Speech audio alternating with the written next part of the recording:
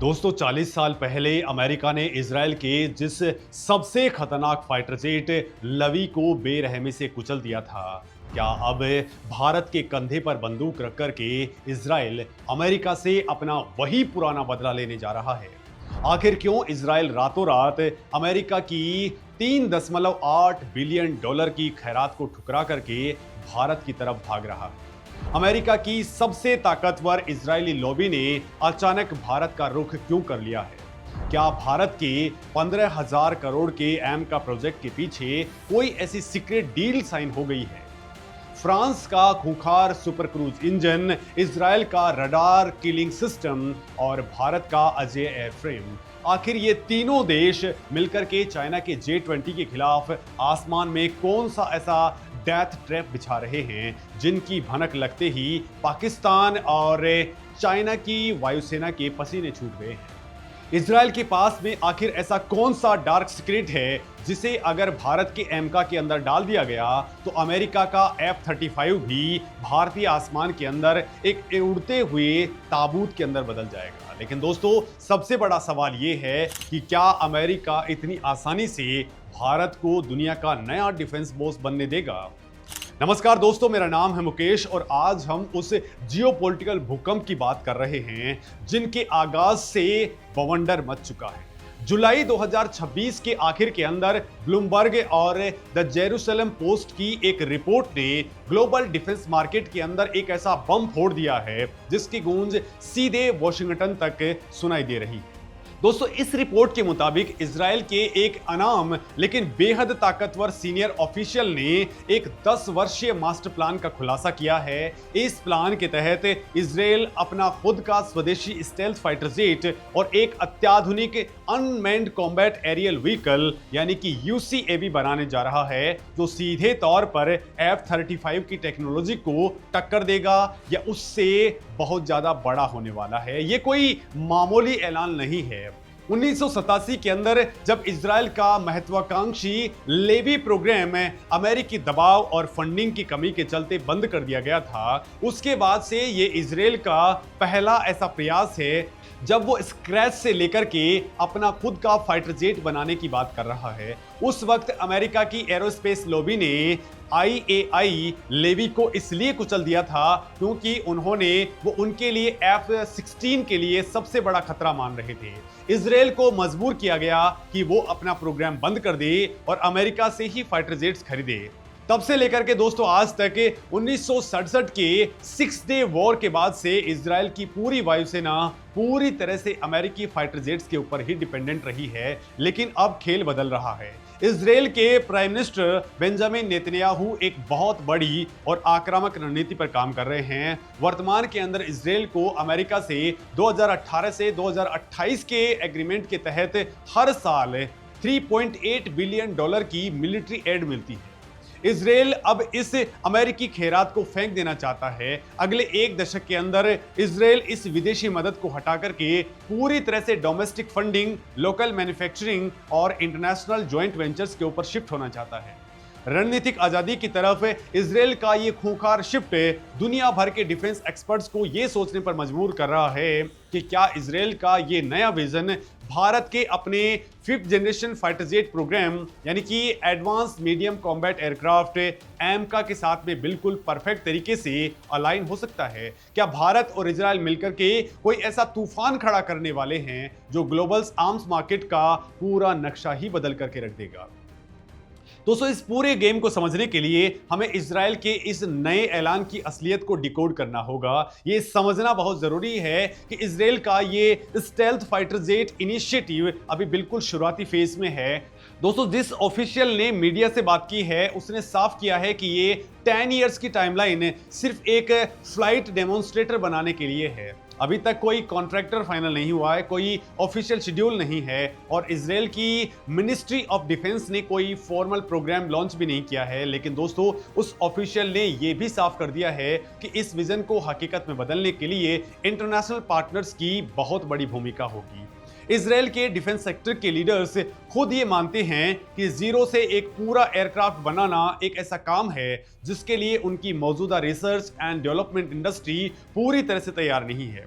उनके पास में एक बहुत मजबूत रणनीतिक इच्छा शक्ति है, पॉलिटिकल सपोर्ट है, लेकिन उनके पास में manufacturing infrastructure, dedicated aerospace engineering teams और एक फंडेड एरोस्पेस प्रोग्राम की भारी कमी है। और यही वो सबसे बड़ा लूप होल है जहां भारत की एंट्री होती है।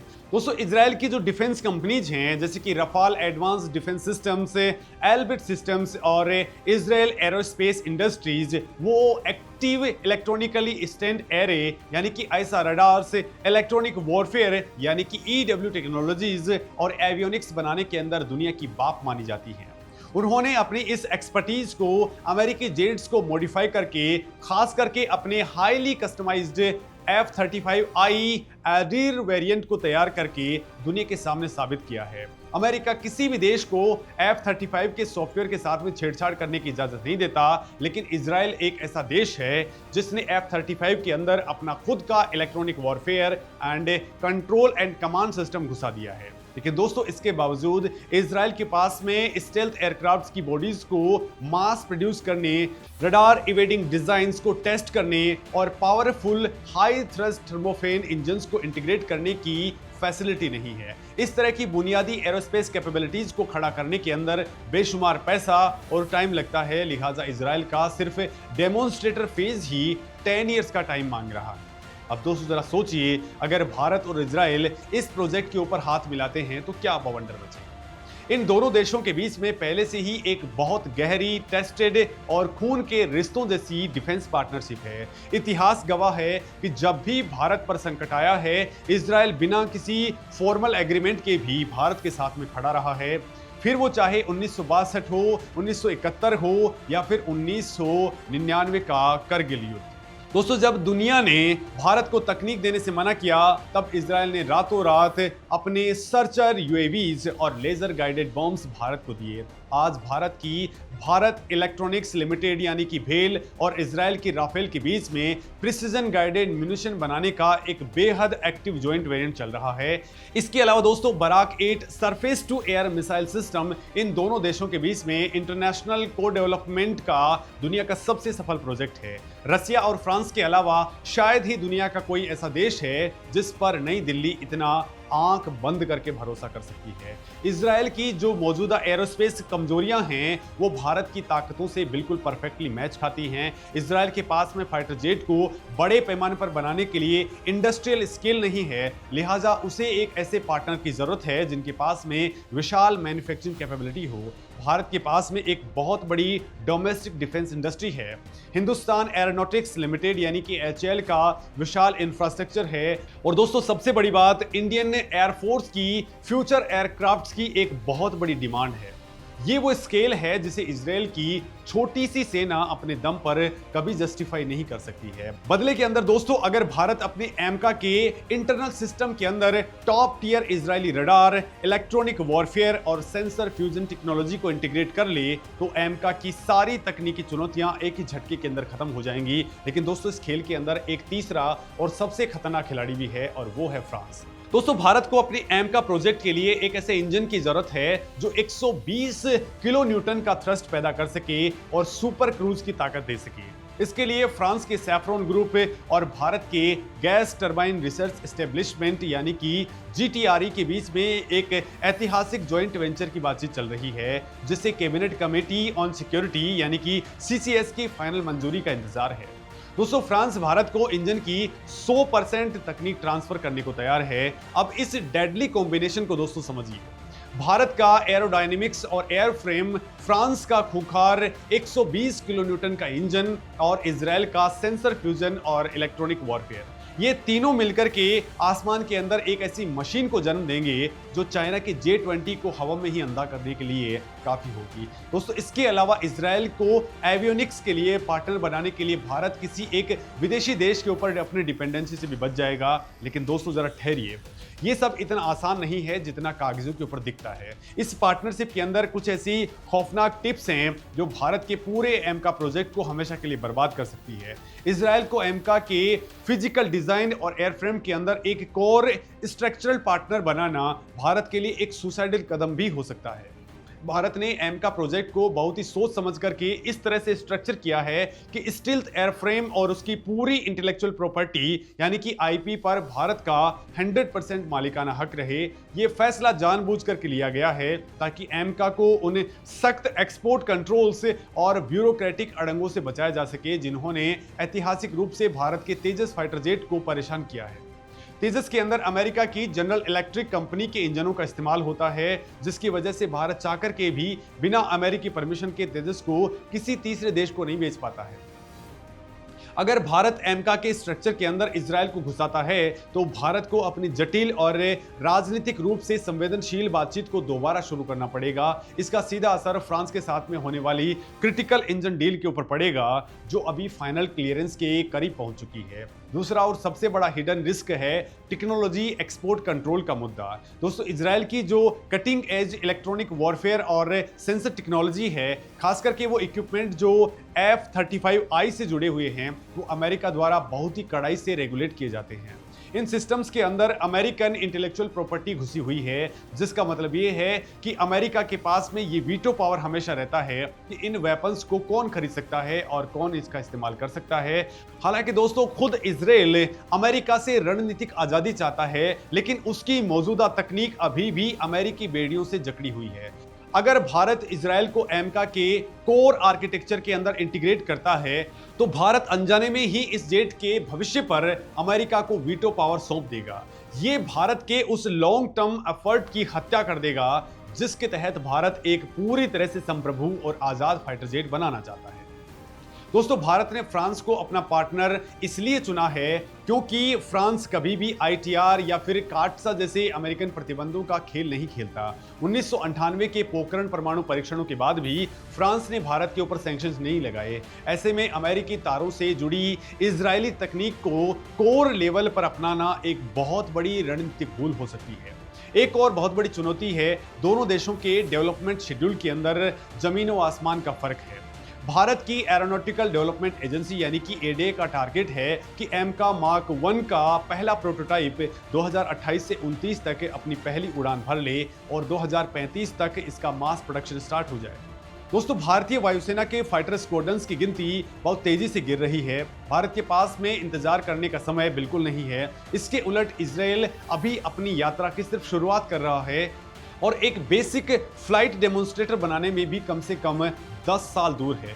इजराइल के पास में ऐसा कोई मैच्योर या फिर ready to use airframe technology नहीं है जिसे एमका के अंदर बिना देरी किए डाला जा सके। अगर भारत इजराइल का इंतजार करता है तो भारत का एमका टाइमलाइन बुरी तरह से क्रैश कर जाएगा। इसके अलावा दोस्तों, जियोपॉलिटिक्स का एक बहुत ही डेलिकेट बैलेंस है जिसे भारत को मेंटेन करना है। वेस्टर्न एशिया के अंदर भारत के रिश्ते सिर्फ इजराइल से नहीं बल्कि गल्फ कंट्रीज जैसे कि सऊदी अरेबिया, यूएई और ईरान के साथ भी बेहद अहम हैं। अगर इजराइल को भारत के फ्लैगशिप स्टील्थ फाइटर जेट का प्राइमरी क्रिएटर बना दिया गया तो नई दिल्ली का यह डिप्लोमेटिक बैलेंस पूरी तरह से डगमगा सकता है।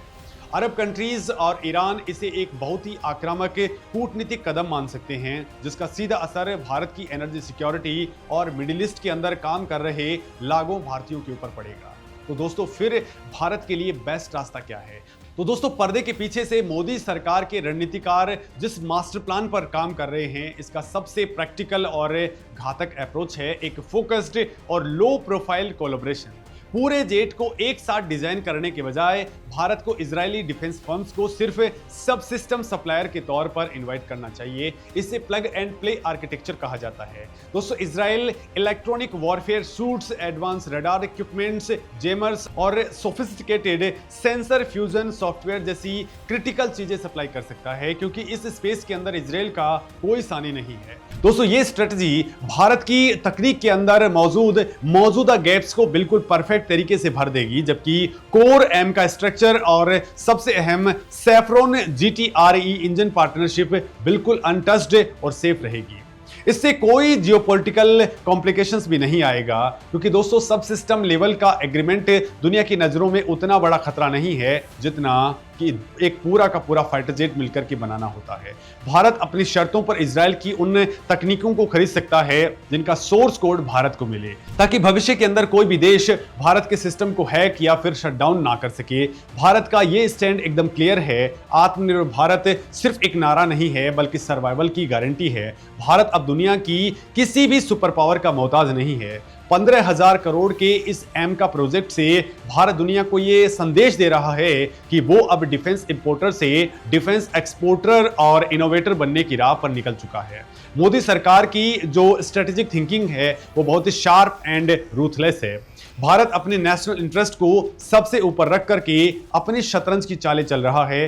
दोस्तों, आज भारत की जो ग्लोबल पोजीशनिंग है वो इतनी मजबूत है कि अमेरिका हो, फ्रांस हो या फिर इजराइल, हर कोई भारत के साथ में खड़ा होना चाहता है। आने वाले टाइम के अंदर अगर भारत ने एमका प्रोजेक्ट को फ्रांस के 120 किलोन्यूटन इंजन और इजराइल की कटिंग एज सेंसर फ्यूजन के साथ में सफलतापूर्वक जमीन पर उतार दिया तो ये सिर्फ एक फाइटर जेट नहीं होगा बल्कि आसमान के अंदर उड़ता हुआ भारत का एक ऐसा किला होगा जिसे भेद पाना चाइना और पाकिस्तान के लिए बिल्कुल बस की बात नहीं होगी। दोस्तों, ये अमेरिका के लिए भी एक बहुत बड़ा लाउड एंड क्लियर मैसेज होगा कि आप अपने आईटीआर और काटसा के डंडे से भारत को नहीं डरा सकते हैं। भारत ने जो चक्रव्यूह रचा है वो पूरी दुनिया के डिफेंस डायनामिक्स को हिला करके रख देगा। तो दोस्तों, अब आपको इस मामले में क्या कुछ लगता है? क्या भारत को इजराइल को अपना पार्टनर बनाना चाहिए या फिर नहीं? अपनी बात कमेंट सेक्शन में जरूर रखें। नमस्कार दोस्तों।